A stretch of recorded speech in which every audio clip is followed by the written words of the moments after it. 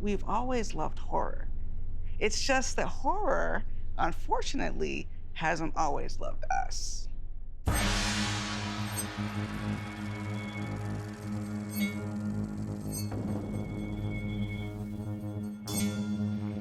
Zombie! Halabi! What have we got here? Terror and voodoo and all the weird black magic that the white man seldom sees.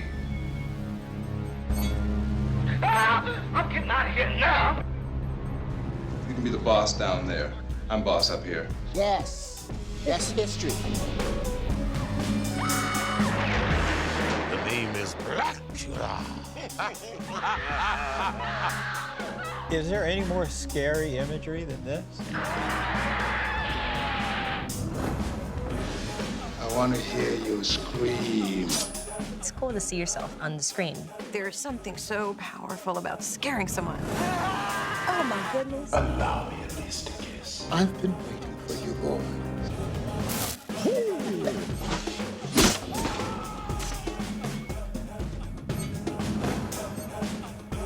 Oh my God. Yes, get rid of that, son.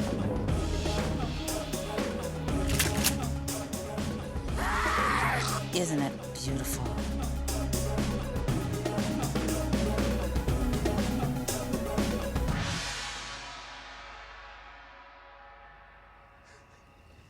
It's crazy.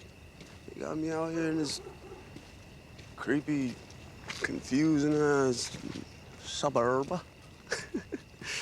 Yo, I'm serious though. I feel like a sore thumb out here. Lakeith. Oh yeah. Walking down the sidewalk at night in a suburban neighborhood, neighborhood on the cell phone by himself. Yeah. Shit. All of that. I've been there. Yeah. It was the perfect black horror story. Yeah, really. Yo! Hey! I've never felt so ill at ease because for me, there was so much riding on this film in that, is he going to get this right? Not just in quality, but for the way that we understand Black people. If there's too many white people, I get nervous, When I found out they were gonna let me actually direct Get Out, I knew something big was going to happen. I thought there was a chance something very bad could happen, that I would get run out of town, that, I thought there's a possibility that people, don't want to see entertainment about something that, has been traditionally dealt with a certain reverence. But I also thought, this is the movie I wanted to see. To have a Black protagonist, first of all, just in a horror trailer, had my attention. Huh? Wait, he might survive this. He might not be the magical Negro or the sacrificial Negro or the first to die and all those tropes. So it's like, this is a story through a Black lens by a Black artist, and it's horror. I thought I was in heaven. Jordan Peele, Get Out. This had never happened before, to have an Oscar-nominated Black horror movie. And I think it really shows how horror films can really talk about things that are affecting us. Black history is Black horror.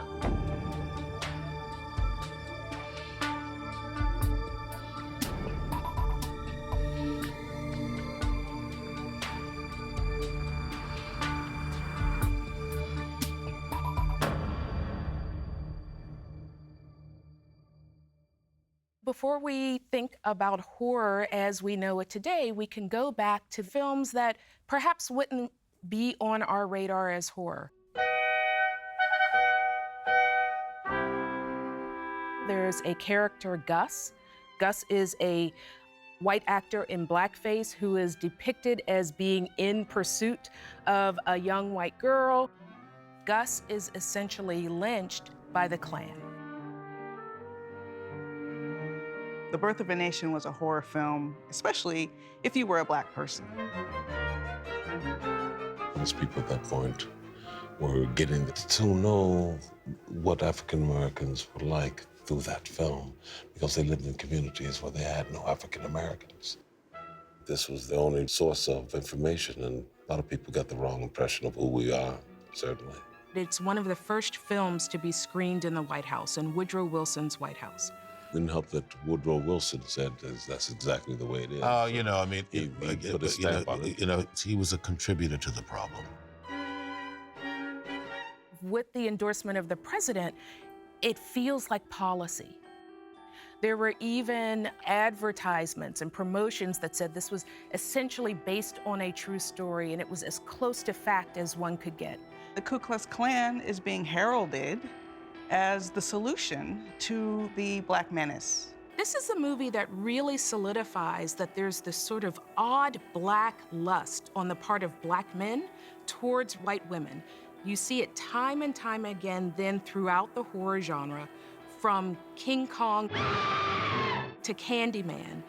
It reigned as the picture of Black life for so many years. Hollywood could use its messaging to create fear around Black people, especially fear around Black men.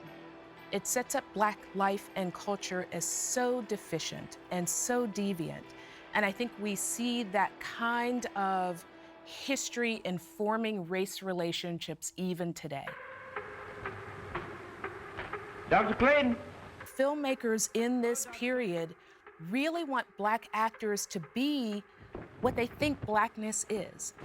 Don't bite on this time, Miss Yoga. These are the kinds of films that are coming out in the 20s and 30s, leading up to Oscar Micheaux and Spencer Williams sort of saying, enough.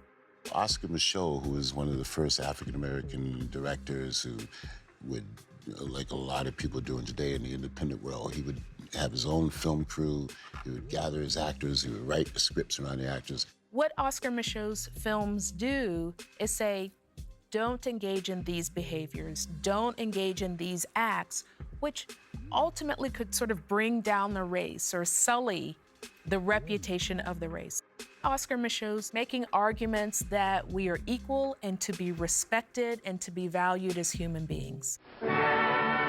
Spencer Williams' film from 1940, Son of Ngagi, is an interesting case. Its genesis was a little bit odd because there was a film called Ngagi. Ngagi was an earlier low-budget effort by a white director, which basically purported that Black Africans were mating with gorilla-like creatures. Ngagi promises that it is a true story and that this mating has produced half ape, half human babies. The whole thing is a scam. Even whites were like, well, that's not true, you know. Son of Ngagi is basically considered the first Black-made horror film. The makeup isn't great. They didn't have much of a budget. But Spencer got it made. Got it made, exactly. And I look at that to this day as a testament. It stars a Black woman as a scientist. She has a scientific lab in her basement, and there is this ape man that resides there that she has been taming and sort of helping this ape man to thrive. If it does what I think it will, I've done more for humanity than anyone else on earth. So Spencer Williams actually kind of does the first Black women in STEM kind of film. You really get to see the Black middle class on full display. We're seeing a bunch of Black folks coming back from a wedding. It doesn't sound revolutionary, but in that era, in 1940, when did you ever see Black people just being themselves? It was a way to show that not all Black people were the way they had been depicted in films up to that time. So we have a doctor and a lawyer, everyone is well-spoken, and in that way, it was a slice of Black life that, to me, is one of the most important aspects of that film. And if you know anything about television, Spencer Williams sounds familiar, right? He starred in the television situation comedy Amos and Andy. Oh, Andy, I love jokes. Then you're gonna like this one, because I bought this gun at a joke store.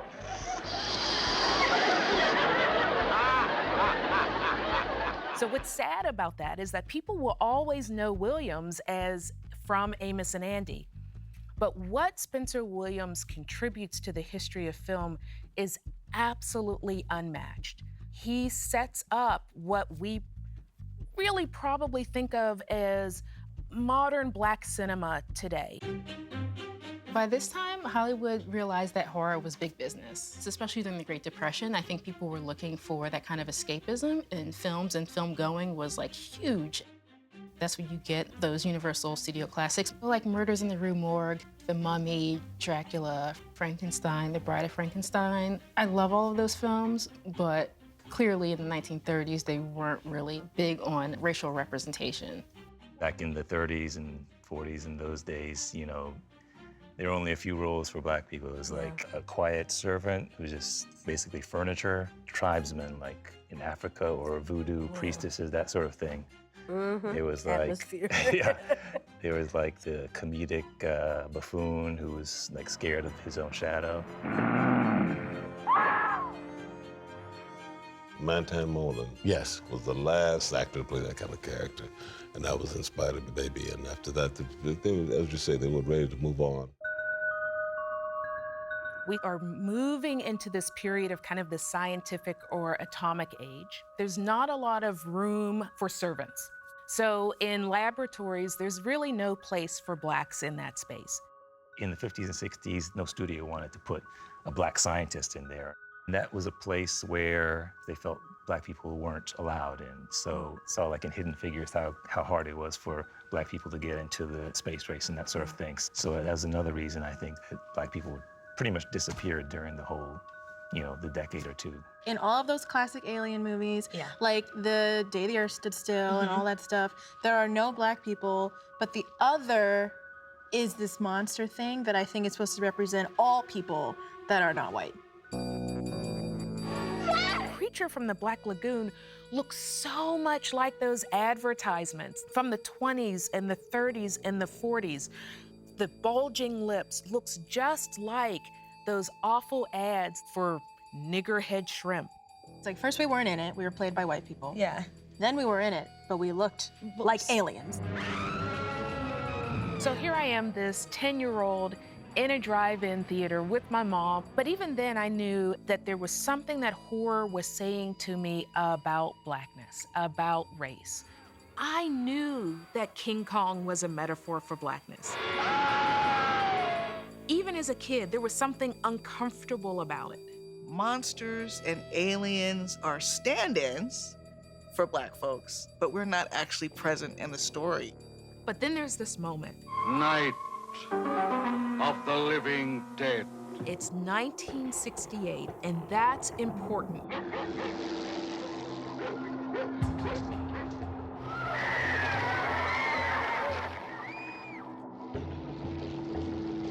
I don't scare easily. Night of the Living Dead, I think, gave me nightmares. It was a frightening, frightening film, and the black and white of it plays such a huge part in what makes it scary.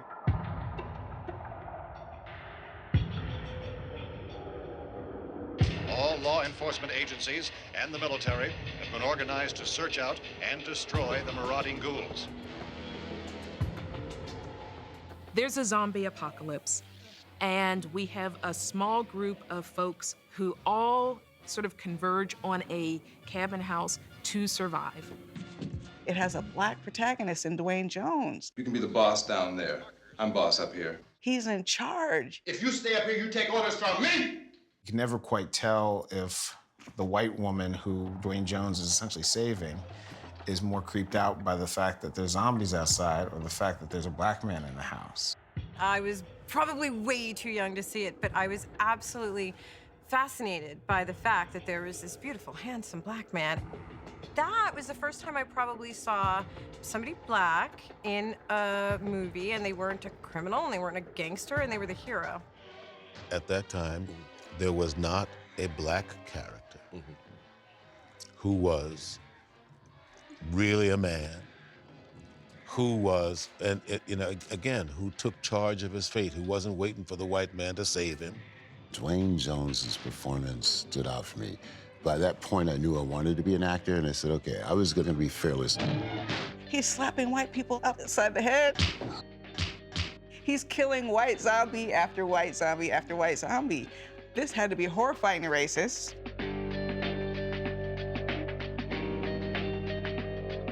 The 60s was a turbulent time. You know, we had assassination after assassination. We had riot after riot.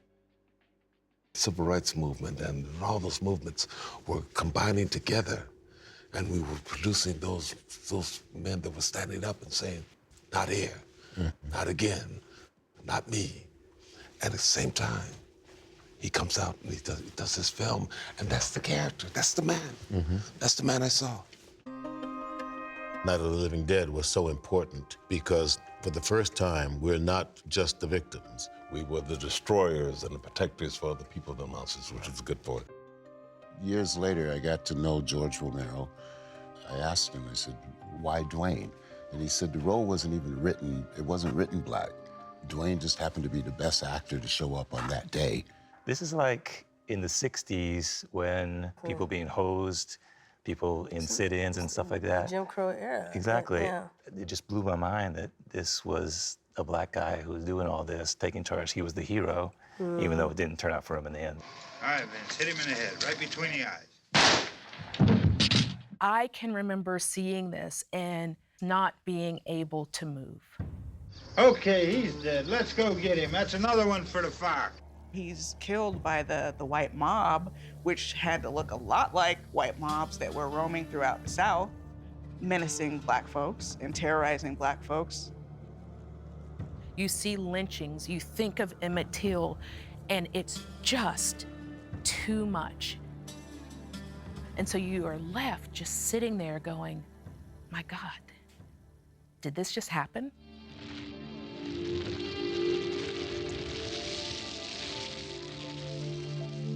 George Romero tells the story of putting the film cans in the trunk of his car, driving to New York City, and they hear it. They hear it on the radio. The Reverend Dr. Martin Luther King Jr. was killed by an assassin's bullet tonight in Memphis, Tennessee. And I can't imagine what happens in that car, what that feeling is like, the crush, the blow, the sinking. And I want to believe that they know what they have. Night of the Living Dead becomes what it is exactly because of what's happening in this country while he's filming it. I think the tenseness of the time and the turbulence that was going on in society and the political drama all fed into people all of a sudden having a need to want to see themselves on screen. And that gave birth to the blaxploitation period. We call 1970s film blaxploitation, and it's really a portmanteau for black and exploitation. Blacks are on the big screen. Black audiences are really joyful for the inclusion, but the representations are sometimes just not right. We went from maids to pimps and hoes. At that time, we didn't use that word, profile, but we would horrifically profile. I like to wear hats, and I'd bought me a new hat. And some white boy yells at me, "Hey, pimp!"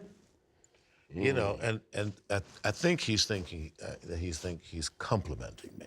The big hats and collars, and they were images that were perpetrated by white people who exploited these images for their own gain. Sam Arkoff owned American International Pictures, AIP. They were the great producers of films that fell under the blaxploitation period. There are studios who get in on the blaxploitation craze. And AIP's business model was, we're not going to lead. We're going to look, see what's happening out there, what might be popular, and then we're going to get on kind of the backside of this and produce more of it. Theirs was a strictly for-profit budget model, investing as little as they could and hoping something stuck. Their films would go on just a few screens in some cases, often in black neighborhoods, very low investment, very low quality.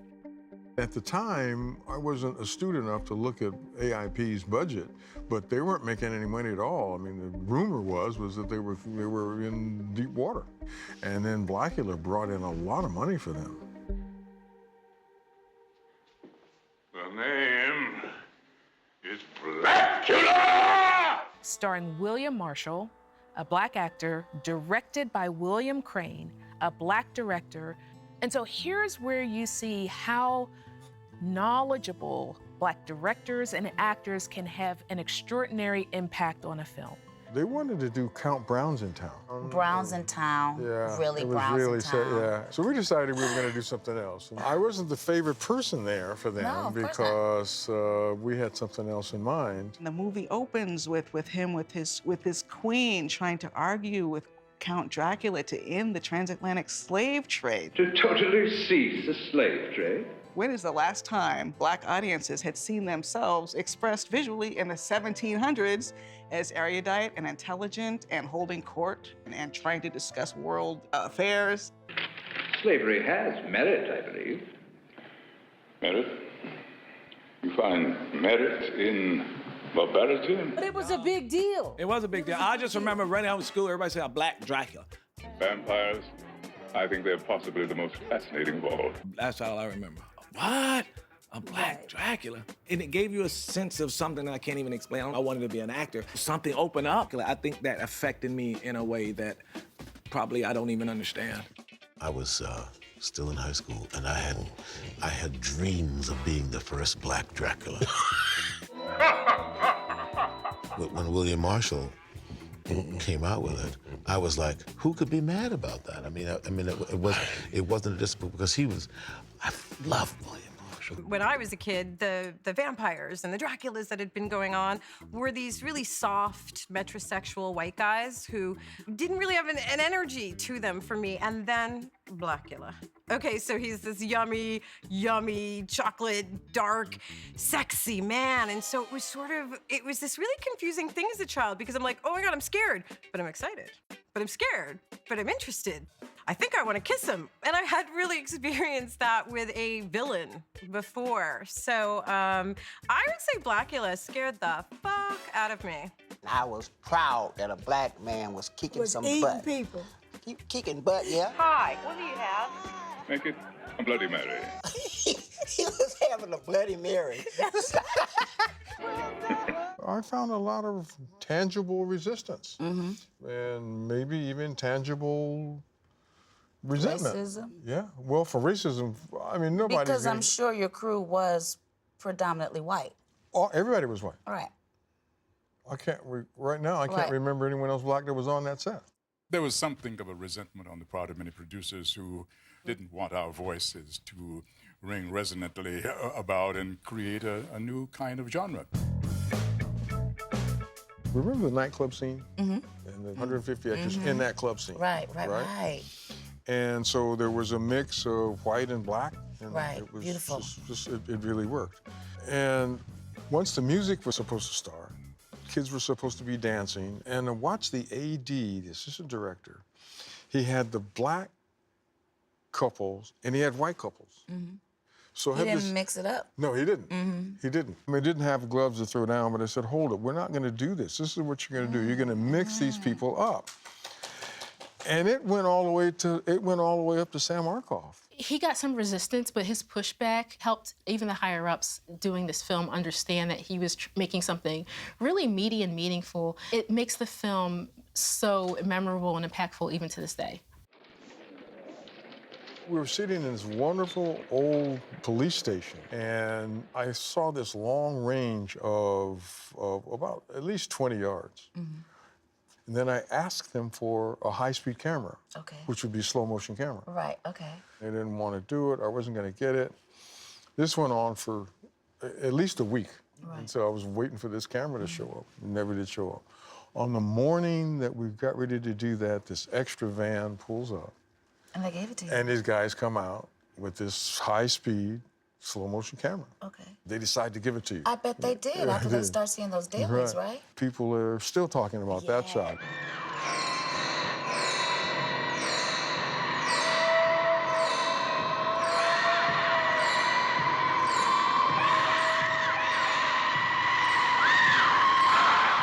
And it created kind of a cultural shift. And to have that awareness in '72 and then to come back with Scream, Blacula, Scream, Pam Grier and Richard Loss's first role, Scream, Blacula, Scream, I did with William Marshall, Pam Grier, Don Mitchell, and a host of other wonderful Black actors. I'm a Pam Grier fan. She ends up becoming the lead of the film, which to me is fun because, in my opinion, it's one of the only times they let her act. Exactly. Like, she really got to be a real person and not a sex symbol. Stay away. Who are you? This is when you start to see women really emerge. Women are now starting to take the center stage. How about that? She Changed got her to use her wardrobe, mind. she used her mind. Of course, she saves the two guys Yes. at the end. It's And her. she's like a historian of Black antiquity, you know, the whole diaspora. In the white horror movies, the voodoo is always like the evil force and the villain, but in like Scream, Blacula, Scream, it was like the force of good. It was kind of they relied on it to conquer his curse, basically. They were using it to remove his curse. Across horror's history, voodoo is explicitly assigned to Black people. All Black people know voodoo, and it's really helpful if they're in Louisiana. How do you kill someone with voodoo? You often see Black women associated with voodoo on screen. Commonly, we've seen Black women be voodoo priestesses and things of that nature, and always use it for ill will. The thunder's gonna growl and the lightning's gonna rain. Black women were very much centered as frightening because they wielded power. Abby, the blaxploitation era film, is a really good example of both fear of Black women in general, but fear of Black women's sexuality in particular. You're mine now. Abby. That's Abby. This scared me so much when I was a kid because she was pretty, but then she went crazy. Yeah. What do you think of my powers now? Black women, of course, have always been depicted as highly sexualized. This is definitely something that came to the fore with Abby. On the one level, you could say she's sort of resisting her defined role as sort of a church wife, becoming possessed by a sex demon who basically attacks men through sex. It's a silly film. But what's not silly about it is it does point to this fear of Black women and Black womanhood. There is this one, I think, kind of cool movie. It's called Sugar Hill. Sugar's community is under siege by some corrupt white gangsters.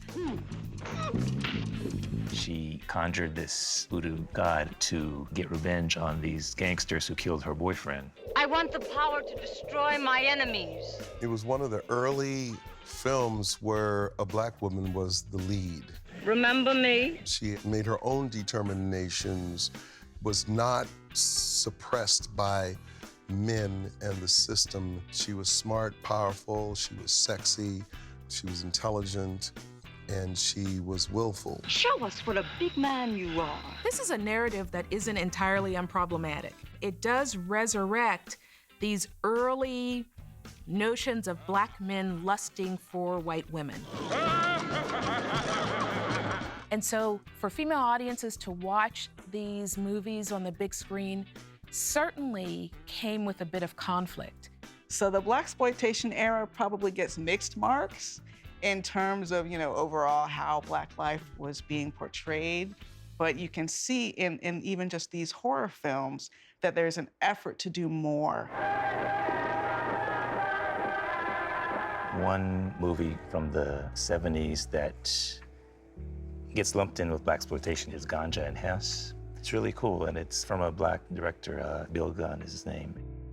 Bill Gunn is a guy who a lot of people don't know about because he was a playwright, a screenwriter. He wrote the screenplay for a movie called The Landlord that Hal Ashby did. Bill Gunn was in episodes of The Outer Limits, Man from U.N.C.L.E. They just wanted him to make a horror film, right? With Black folks in it. And the story is that he just, I think the producers were out of town or something, and they took the whole cast and crew up to some place in New York and rewrote it and shot it. Wow. You know, to talk about the history of blood, the history of African blood, and how it's passed down to the ancestors.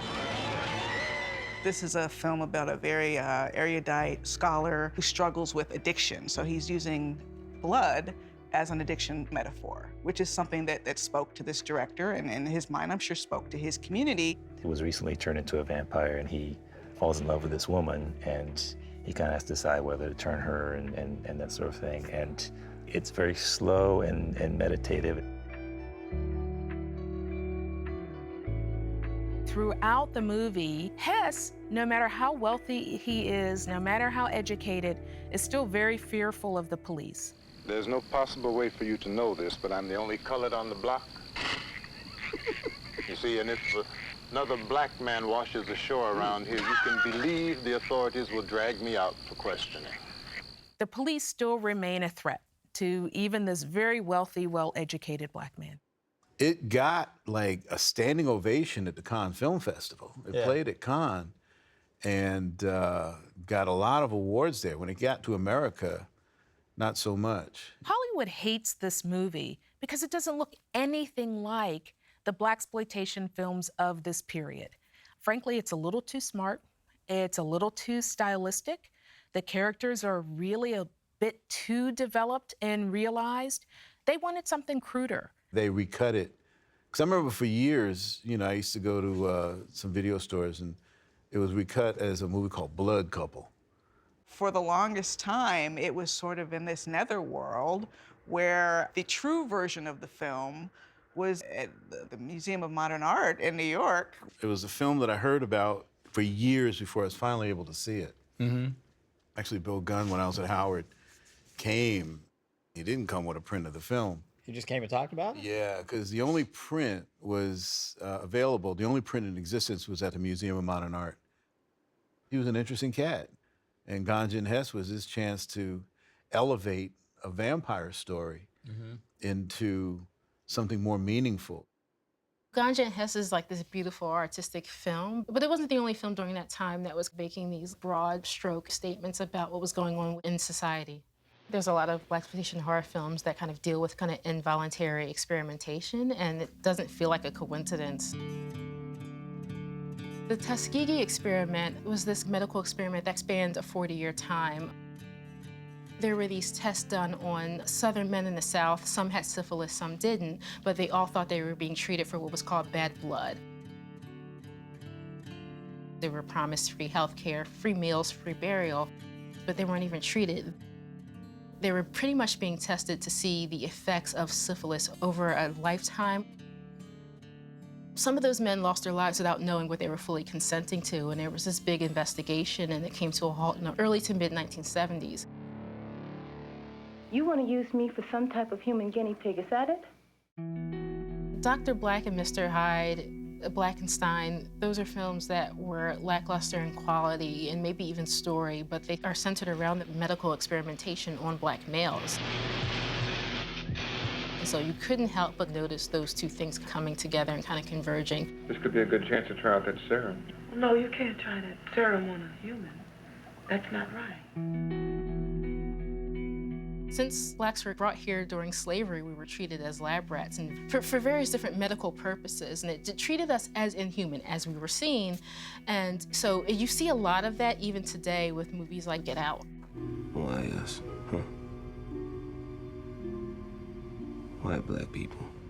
Also The Girl with All the Gifts, and even the first Purge. Should you choose to actively participate, we'll implant a tracking device. After that, you'll be all set, as they say, to purge. As sort of bad as some of these blaxploitation films were, they just simply got worse. Blackenstein is so bad, literally you can't see the film. I mean, you're like, did they purposefully shoot it in shadow or just completely in the dark? In addition to that, civil rights groups are protesting these films and saying that they're not good for Black culture, they're not good for Black representations. We may not have liked necessarily what we saw. It was stereotypical, but those doors slowly started to open. So As all things in life, there's a double-edged sword. We're finally seeing a number of movies where Black people are on the big screen. And so you think, okay, the momentum is going to continue, and maybe in the 80s we're going to get these representations right. Exactly the opposite happens.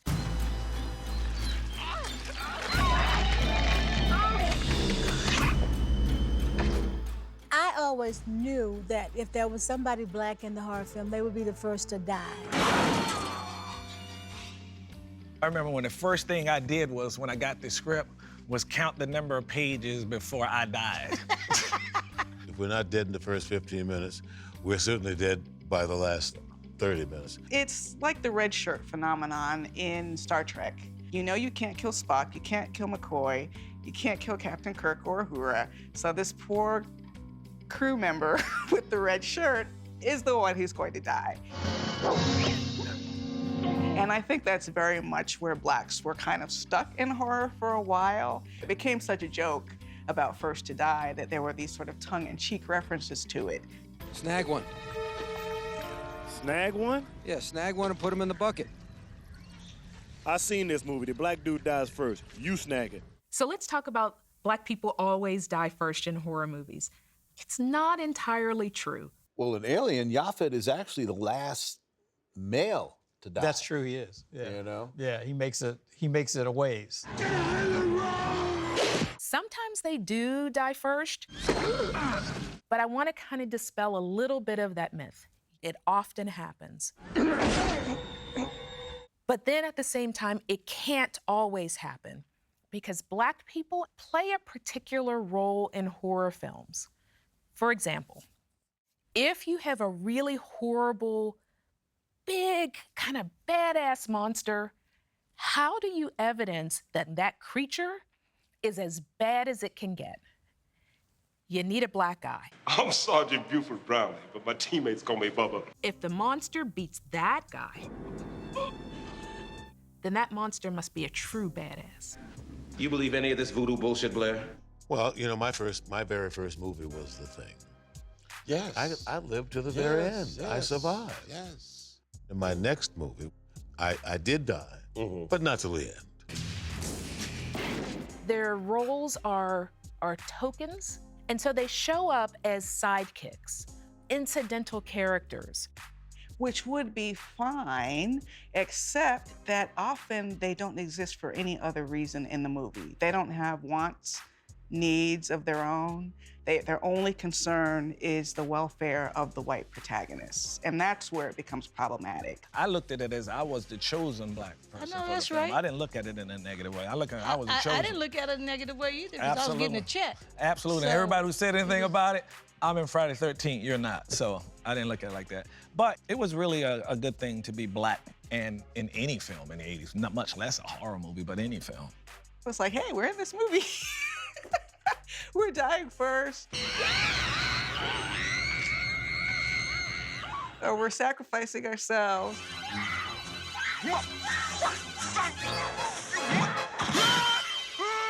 Or we're just a sidekick, or we're just being sassy. Dan keeping you up again? Girl, you better put a lock on that window. Or we're not gonna appear after the first act, or whatever. But we were in it. We were in it. It's such a powerful validation of your existence. And I think it's really difficult for a lot of whites to even imagine what it would feel like if you were surrounded by entertainment that was nothing but Black people, right? I got on the set and I read the script, and there were several little racial things in there. I see you! Chocolate man! And so I said, okay, I'm gonna be alone on this. Scary, isn't it? Back when I was doing the craft, I definitely was really nervous about how to portray this character. Like Bonnie has burns, or what's her name? Sarah has scars. And the other one is poor and very angry and probably bipolar, right? So when I first auditioned, I had a big monologue about being anorexic. And then I think once they decided to cast me, that is when they made race her issue. But for me, I was like, I don't have an issue. I didn't think it was a big enough problem for her to have. Although, in retrospect, I actually think it's fantastic they had it in, because that is the kind of racism, whether it was subtle or big, that I went through, I'm sure you went through, and everyone went through. But isn't it interesting that I was able to compartmentalize it and be like, what, she doesn't have a problem? Because it's so ingrained in me that that's a part of me, that I'm gonna go into a store and someone's gonna be horrible to me, or somebody white's gonna say something terrible. Why are you doing this to me, Laura? Because I don't like Negroids. To this day, people come up to me and tell me how much it meant. I was getting off a train, this little girl was getting on, and she went, you're the Kraft movie. And I realized, I wasn't even thinking that, like, I'm now in a movie, so these girls don't have to go through what I did, which was, watching Pretty in Pink and going, there's no one who looks like me or acts like me or sounds like me. I am going to be that for these girls. I drink up my sisters, and I ask for the ability to not hate those who hate me, especially racist pieces of bleach blonde shit like Laura Lizzie. I think what Rochelle did was she gave us a way to kind of talk about our own experiences and be comfortable with them, because a lot of us were in like all white spaces. I live in a white world. I mean, most of the time, all I'm around is white people. A lot of times when you're living in the world, so you don't think of it being, oh, I'm a token or anything like that. You just think, oh, I finally got a position in this, and it'll bring me other positions. So I think you think positively about what you're doing.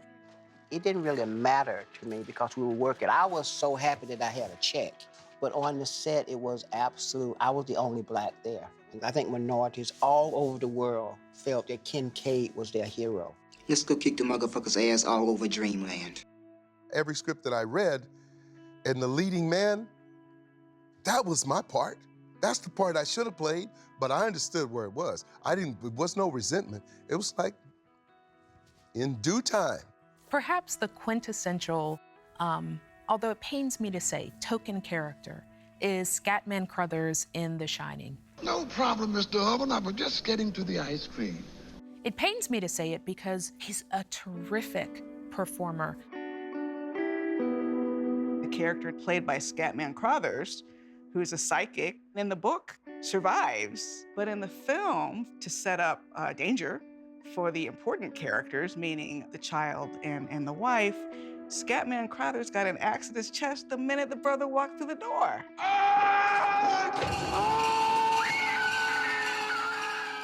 Always bothered me because I was always thinking, well, if he's shining, how come he can't see it coming? Jack? He should have ducked that axe. At the time, I mean, I thought it was an unusual choice because I knew it hadn't happened that way in the novel. I didn't understand that I was seeing a trope called the sacrificial Negro. The sacrificial Negro is just the character who literally just like puts themselves in the face of danger and dies in order for the white character to survive. And in the first Annabelle, poor Alfred Woodard has no investment in the film other than helping the white characters. No. And I was like, wow, that's a little retro, because you don't see that so much anymore. It was literally Alfred Woodard saying, oh, I have lived my entire life just to save you. And it's just like, oh my God, that drove me nuts. I'm over that. I've seen that in almost every movie I grew up with as a child, where, the desexualized black woman mammy figure gives her life so that the little white girl can live. That's noble, I guess, but I just feel like, why can't everybody live or everybody die? I think it really honestly goes back to that era of the birth of a nation, where you have the faithful servant trope. That faithful servant trope is a really important image for a lot of racists because it shows them that slavery and Jim Crow weren't so bad. Sometimes those secondary characters are just gonna have to die, because if they don't, the audience won't believe something scary is about to happen to the real characters who are not the black characters, which is what I think gives birth to this other horrible trope, which is the magical Negro. Molly, you in danger, girl. They have super wisdom that helps like these white characters kind of thrive. It's one of those boxes that black people get put in, this sort of Uncle Remus thing where we're somehow afforded some mystical wisdom. Alex, your friend's departure shows that death has a new design for all of you. And then you have the other side of a terrible coin, which is invisibility. I remember being when I was younger, like around that age, like 7th, 8th grade, and like discovering scary movies. Yeah. Like, you know what? I'm not gonna die because I'm not even in this. Like right. all my friends at the sleepover should be scared because you're Right. all white. And no one's coming for anybody who looks like me. No one's coming for us. Exactly. Because I'm not even in it. It's the Reagan-era, and Black people become the face of what is bringing this country down. The nation is led to believe that their good, hard tax dollars are being put into these young women who are having babies and collecting welfare checks, and it's a propaganda message that really encourages the nation to turn its back on social programs. Black people become monstrous in a real way in the political. Horton fled, kidnapped a young couple, stabbing the man and repeatedly raping his girlfriend. On the big screen, then what is encouraged is that whites flee the urban. A Nightmare on Elm Street, Amityville Horror, Halloween, all have pushed us out into the suburban, away from the urban, and so we have to imagine new monsters. Take a movie like Poltergeist. Our homes are built on Indian burial grounds, and somehow it's radiating up and affecting us in awful ways, not because we're inherently evil, but because Black and brown people are still the source of evil.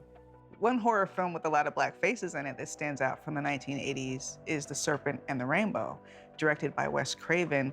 And Wes Craven, I would say, was one of those filmmakers who really did try to be inclusive in his films. He also did Vampire in Brooklyn, and he did The People Under the Stairs. The People Under the Stairs, you had a young Black kid leading a major film for Universal.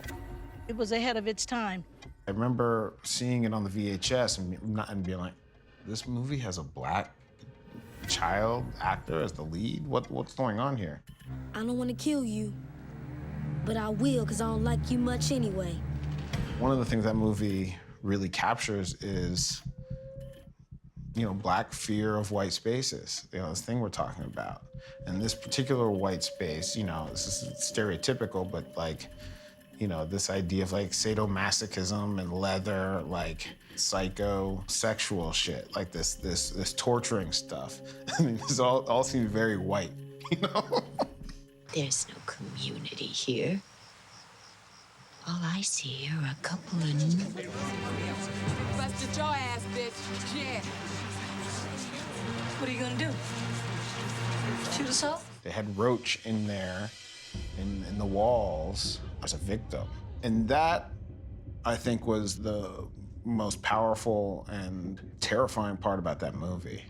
You look at Get Out, it's clear that my deepest fears come to this idea of confinement. And then we get this beautiful renaissance called the 90s. I actually am not afraid to say Candyman. Candyman. Candyman. Candyman. I'm a really hard person to scare. And Candyman was like one of the first things in a while that got me. It really got to you? Yeah, Wow. I mean, that shot with the open mouth inside the vacated apartment. I guess we kind of knew that we had something, but we didn't know what. We had Tony Richmond was our DP, who did The Man Who Fell to Earth. We had Philip Glass, whose incredible score kicked off the film. We had the beautiful city of Chicago as our backdrop. And we had an interracial conflict. Tony Todd is such a powerful actor and brings such gravitas to that role. Be my victim. Candyman is Tony Todd, and Tony Todd is Candyman for a lot of us. Out of the blue, I get a call from my manager at the time saying there's a script on their table. It's called Candyman. And I kind of, in my cockiness, I hung up the phone because I said, what are we talking about? Is this a Sammy Davis Jr. story? What are we doing? And I'm way too tall. Do I know you? No, but you doubted me. Tony's got a great screen presence. He does. Candyman was, it was obviously unique because that was the first Black supernatural killer. I love Clive Barker, and Candyman being sort of like the patron saint of urban legends. You know, I thought that was just such a beautiful invention, such a beautiful monster. Candyman is not a boogeyman. He was an artist who was happily doing his thing. He happened to fall in love with a woman that wasn't his race, and he was lynched because of it. And not only that, they cut off his art hand. Bernard Rose directed Candyman based on a short story set in the UK by Clive Barker. They changed the original story from sort of a class conversation to one that is rooted in American racial history. It dealt with these social things. You have this white woman, you got this black guy, you got this backstory about this black guy and this white woman, and kind of, you know, how he is attacked because of this relationship. It was a very terrifying film. A film that I love, but a film that, you know, is kind of problematic. We shall die together in front of their very eyes. Here again, we have a movie that echoes what happened in King Kong in the 30s. There's this black boogeyman, and he's in pursuit of this blonde white woman. He becomes obsessed, recirculating the same tropes. I don't think that character would go after poor black people.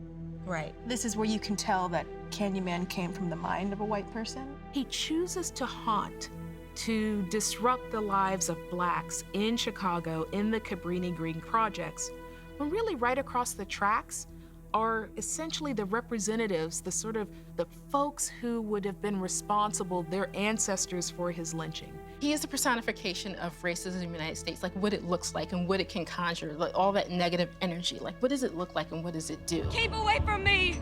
For me, as a character, I don't live and breathe and die by it. I'm happy that I was able to do him, and hopefully I did him right. It was very empowering to me to feel like we could, like, black people can do anything. We're not in this box. We can be the Freddy of a movie. I remember Vondy Curtis Hall, who was married to Casey Lemons, who was in the film. At the original screening, he shook his head, he says, "Man, you realize," I said, "What?" He said, "You're gonna be Candyman forever." Candyman, Day of the Dead. Unfortunately, I think the sequels kind of get overlooked. It gives Candyman a sympathetic backstory. He is the spirit that's conjured from the history of racism and white supremacy in the United States.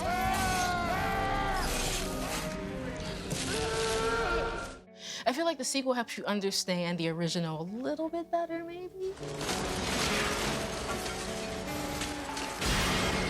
The 90s were a renaissance, not just in film, I want to point out, but also in literature. This is the era that Spike Lee helped give birth to. Spike Lee was like the Terry McMillan in film, as what Terry McMillan was doing in publishing. You know, black people are going to see movies. There was a push for black filmmaking, started by like Spike Lee and John Singleton and people like that. And I think it was kind of a response to the 80s where black people were kind of marginalized. In the early 1990s, you kind of saw like a lot of black filmmakers kind of come into the fold and not just make comedies and dramatic films, but also horror films. And I think what they were doing with the horror films at that time, they were making movies that were kind of socially conscious and more directly in tune with what was going on in the outside world. What you saw today, young brother, were victims of economics, environment, and Reagan-era. Joel, as the main character, this up-and-coming soon-to-be minister, he goes and visits his cousin that lives in New York City. It really centers around Joel and his crisis of faith. Do I stick with kind of like my Bible and Christian fundamentalism, or do I kind of stray a little and have a little fun? No, I wouldn't. Fornication is a sin. It gets even more extreme than that because literally his soul is at stake with a demon who is like looking to immediately kind of eradicate him. It is super biblical now that I think about it, because she's basically the parallel of the devil. No! Death by Temptation is all about that battle between good and evil. So this is also a morality tale. These are the lessons that mirror so closely to what Michaud and Spencer Williams were offering up in earlier decades. I love that connection that Death by Temptation has with those older films from the 1940s. It was unique for the time because you weren't seeing a lot of Black horror films made in 1990, if any. That's what makes it a real landmark.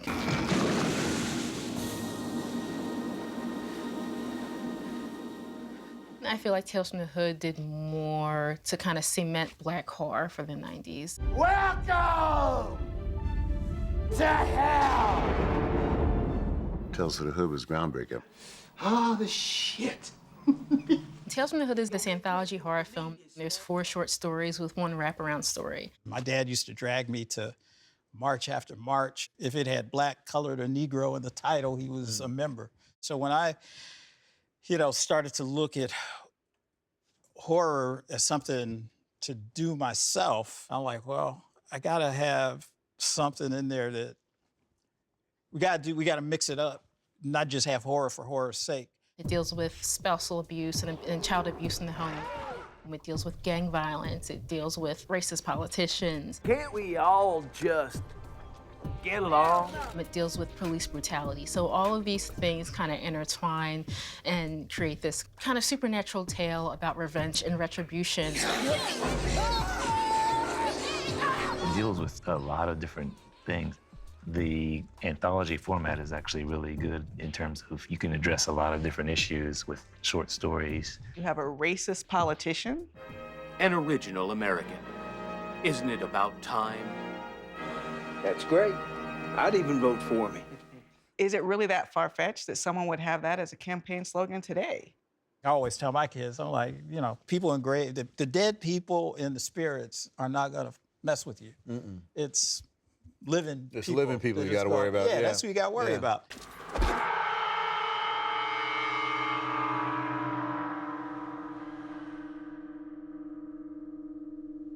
That's how we kind of twisted when we started to do Tales. We got to turn the tables and make the horror redemptive.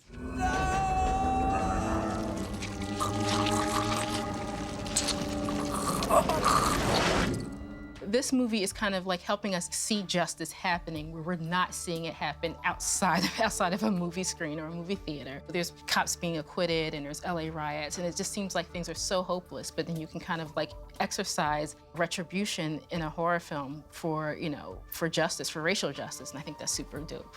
He tackled, subjects that are horrific. Right. Exactly. We're running around looking for ghosts and vampires when the vampire is you're married to him. Exactly. He's sucking you dry, and beating you, and also hurting and destroying your child. And I was so young. I learned a lot on that set. I always liked David Allen Greer as a comedian. Yeah.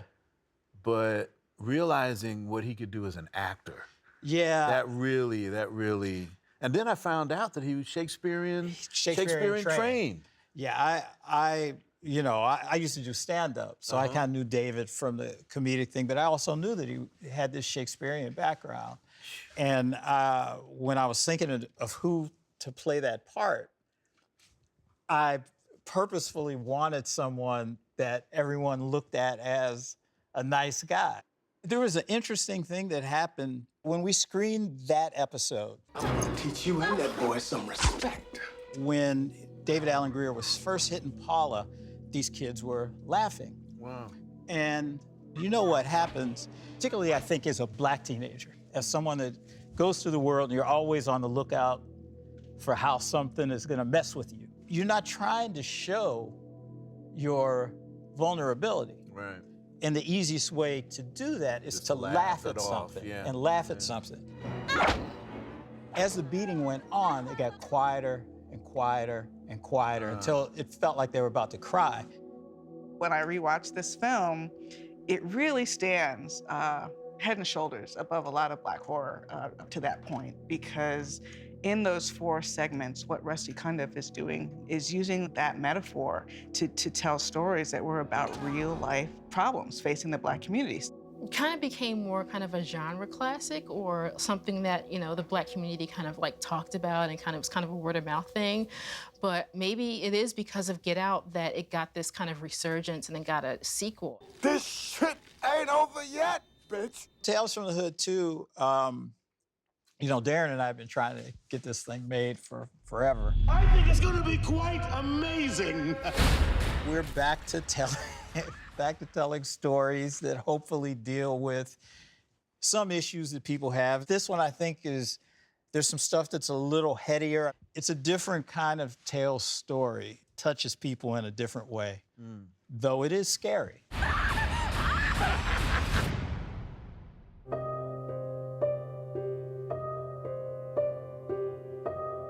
You start to see more women on screen in the 1990s. Eve's Bayou, Casey Lemons, which is one of my favorite.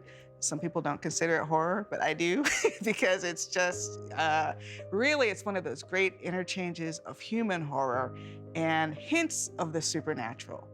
During the time, it was still super rare to see Black women be directors. So Casey Lemons really pushing to direct was really groundbreaking and really important. It has that beautiful cinematography. The whole thing is like a poem, really. It's just so beautiful. The script by Casey Lemons is just fantastic. I've taught it in my Black horror class at UCLA, and when I teach it, I like to tweet out lines from the script. It's just so beautifully written. That opening scene and the first thing you hear. The summer I killed my father, I was 10 years old. It was just brilliant. And it was a different kind of scary movie. It's a movie about what memory means in the eyes of a Black young girl and how she tries to help keep her family together and also kind of heal any wounds that are kind of lingering within her father's, you know, infidelity, and also maybe that kind of like touchy subject of, is he being inappropriate with one of his daughters? The Debbie Morgan character, you feel so much strength from her, but you feel so much pain because of what she's lost. Sometimes I feel like I've lost so much I have to find new things to lose. Magic steps in to sort of take the place of those harder questions about what's really happening in that house. I think what Casey Lemons does and what she kind of inspired for a lot of the Black women horror filmmakers that I talk to is we do have a story to tell, and don't be afraid to kind of like, you know, oh, because a studio exec or higher ups may not like seeing an all-Black cast or a film centered around Black women, that I can't do this. And I think what Casey Lemons' film did, she says, no, we can do this. And to not be afraid of any pushback, to keep pushing for your story and your voice. What she did for a generation is tell them that their voice really does matter. Horrible, isn't it? There's Billy and there's Jada. Billy and Jada. Do we have a deal? She did surprise me, though. She called me, Ernest, I colored my hair. What?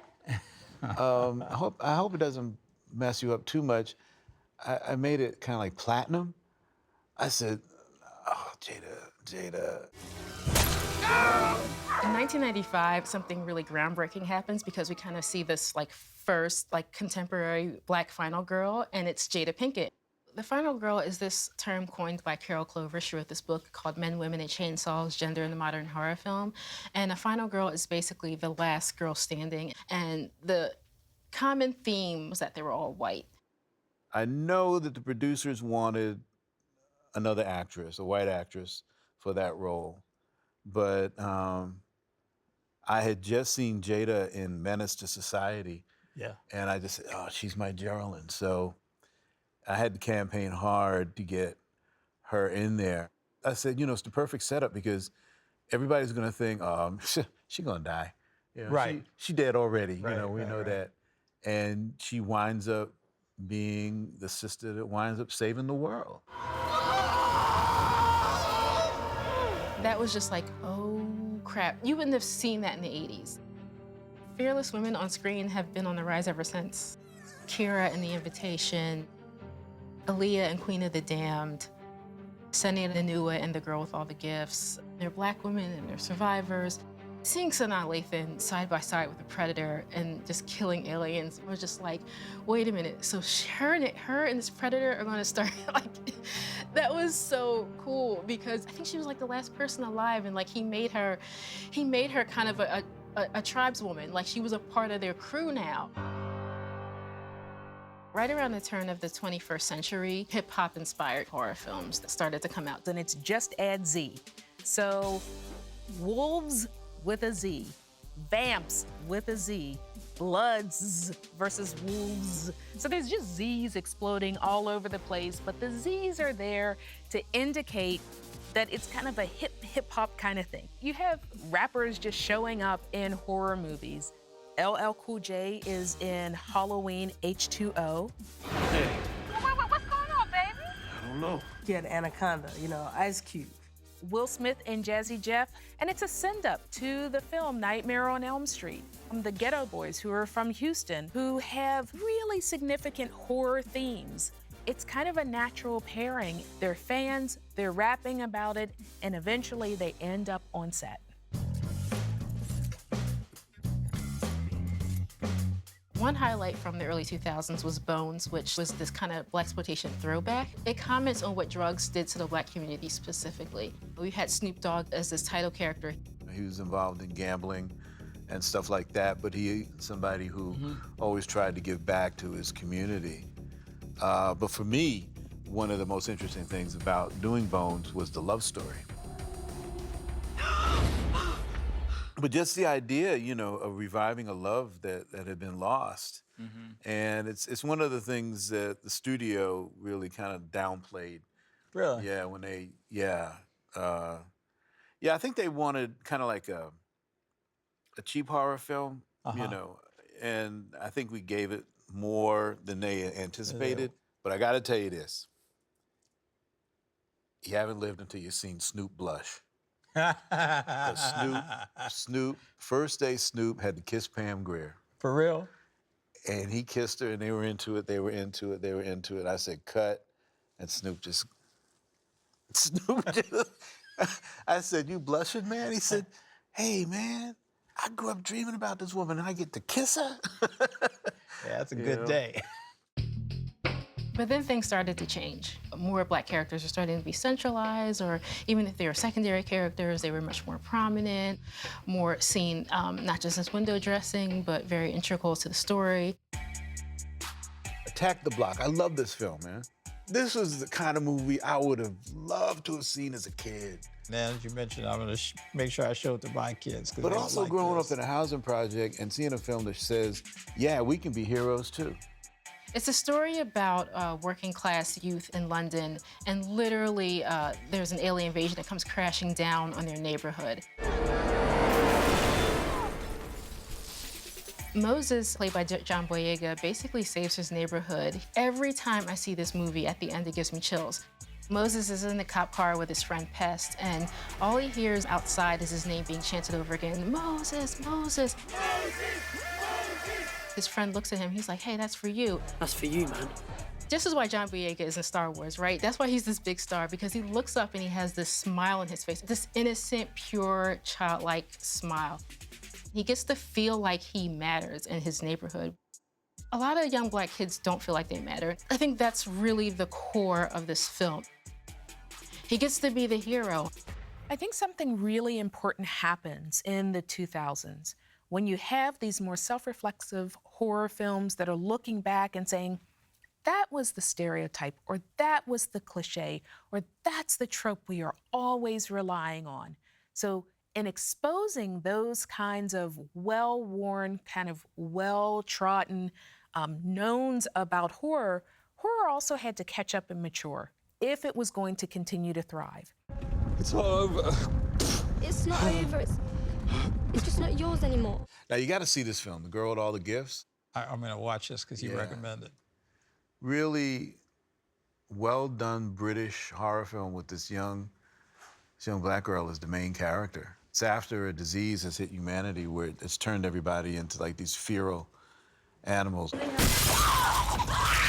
It's a zombie movie, sort of. It's terrifying. It's an apocalyptic future where we're no longer us. But again, it's probably white people's fear, right? That they're losing dominion. That the manifest destiny thing isn't quite working like it used to. That character was not written as Black. That happened during the casting process. It's a very similar process as to what happened in Night of the Living Dead. She just killed the audition, so she got the part. And it creates such a difference in the film to have this Black child. I'd read the book before I saw the movie. So when I saw the movie and they had cast a little Black girl, I was like, oh my God, this is amazing. We're alive? Yes. Then why should it be us who die for you? I talked to Mike Carey, the writer/screenwriter. This is a sharper social commentary even maybe than he had intended. To see a story about a character, a Black girl who faces some insurmountable odds where it seems impossible, but you come up with plans and you execute your plans. This is the stuff that helps us get through life.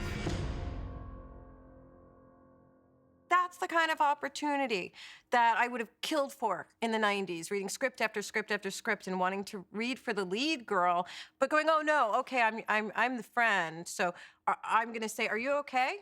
Oh, are you okay? Are you okay? Are you okay? Yeah. I mean, 6 million different ways to Sunday. I have to figure out 1 million different line readings for this same line because whatever thing is going on, it's not about the Black people or what we're going through. It's, are you, white person in peril, okay? So when I saw that movie, I was like, okay, things are shifting. We've shifted from being the focal point of the fear, other, to being the heroes, right? To being the icons, to being the one that you and the audience are looking up to. That's been very exciting to watch unfold. If you have to ride in the back of the bus for 90% of history, it takes a little bit to get in front. Black is in fashion. Get Out, I think, is kind of like a perfect movie of its time. It came out like the transition between the Obama administration and the Trump administration. Yeah. So, I mean, I remember when Obama was elected, people were actually having debates about whether racism is dead now and that sort of thing. Is this a post-racial world and all that?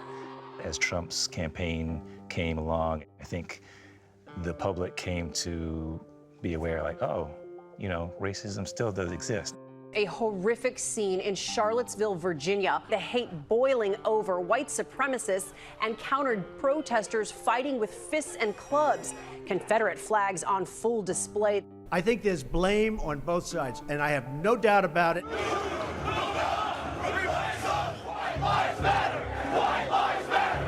It sort of like shows you where the culture is right now as far as Black men are concerned. Yes. And a lot of the fears that we go through at being a part of the Black race. When I think about the fears that we deal with, I think that anything that we suppress as people, anything that we push down and hold deep, it's gonna explode. It's gonna come out in a nasty way if it's held on to long enough. So I think we need these valves for our fears. Sink into the floor. Wait. Sink.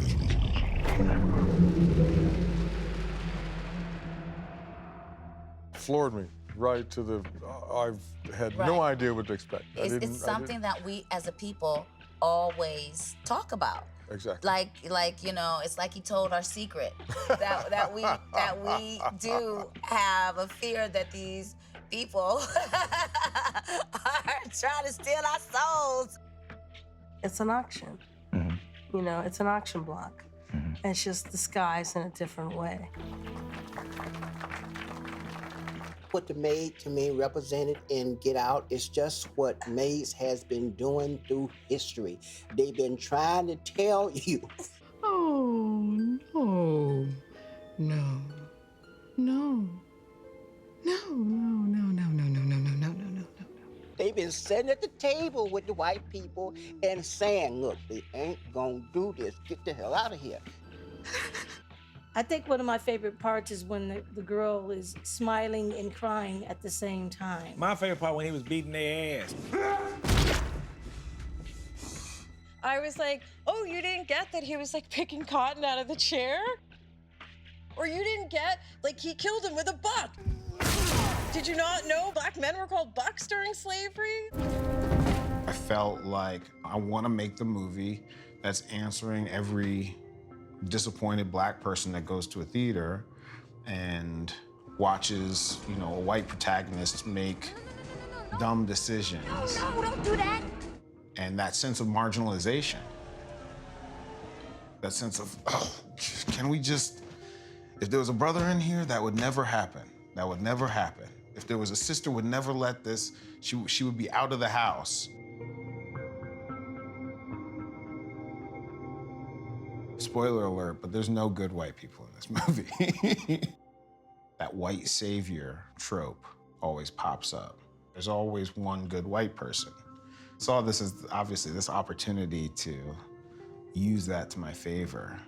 The audience is expecting that you have to have one good white person in a film, right?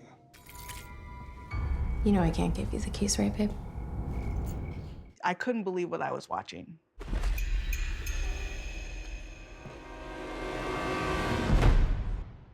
I made Get Out for everybody in the audience. You know, I didn't want anybody to see the film and not get it, but I really made it for black audiences.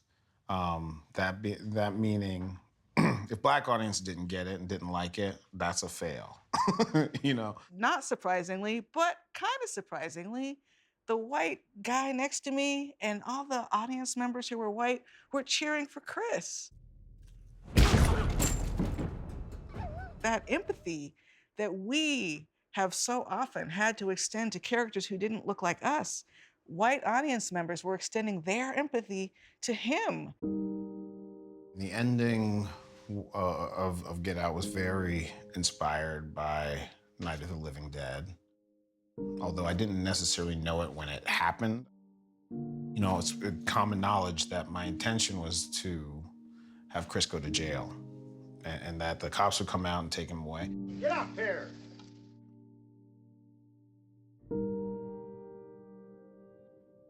The most realistic ending is he's shot on the road.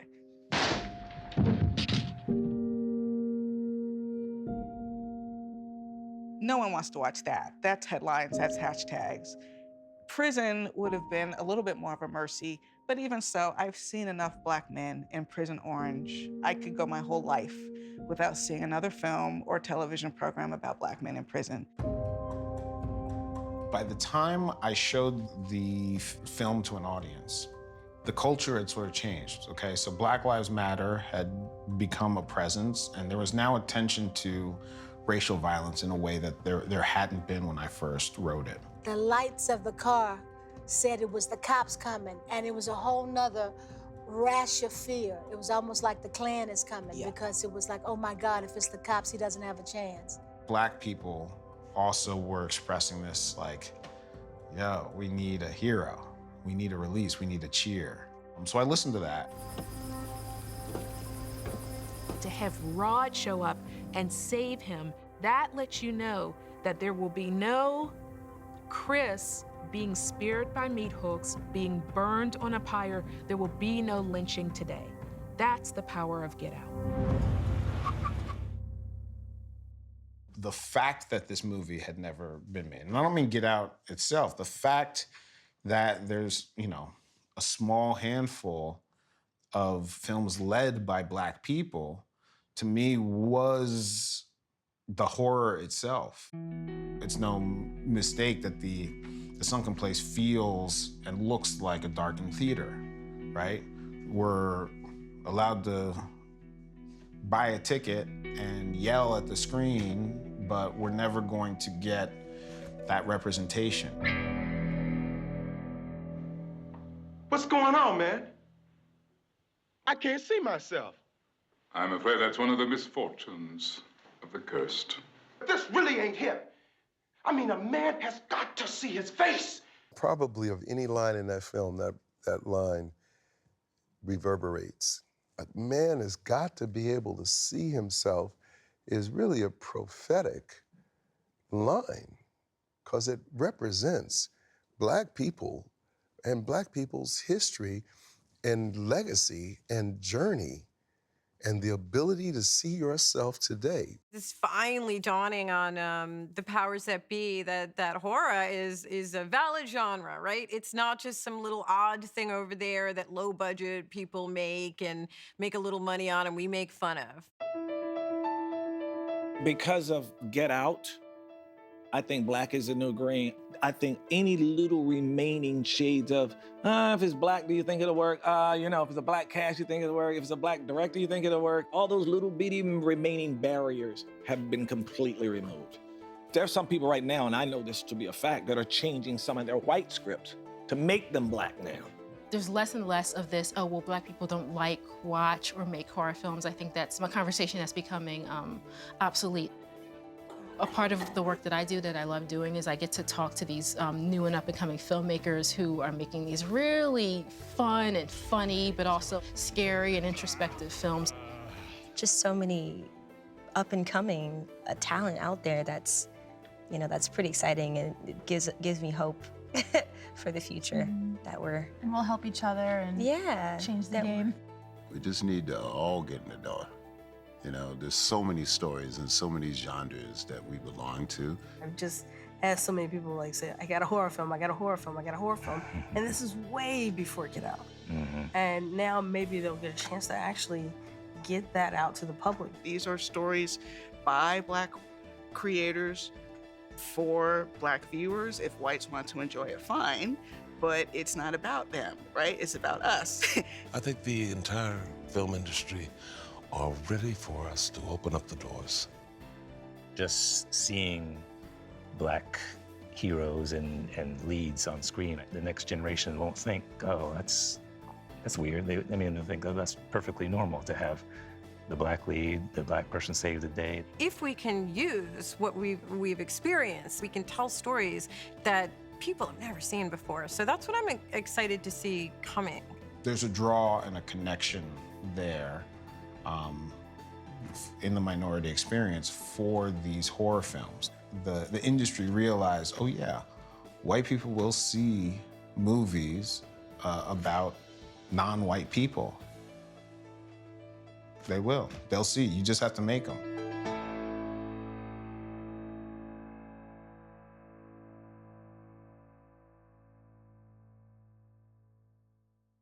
Mark.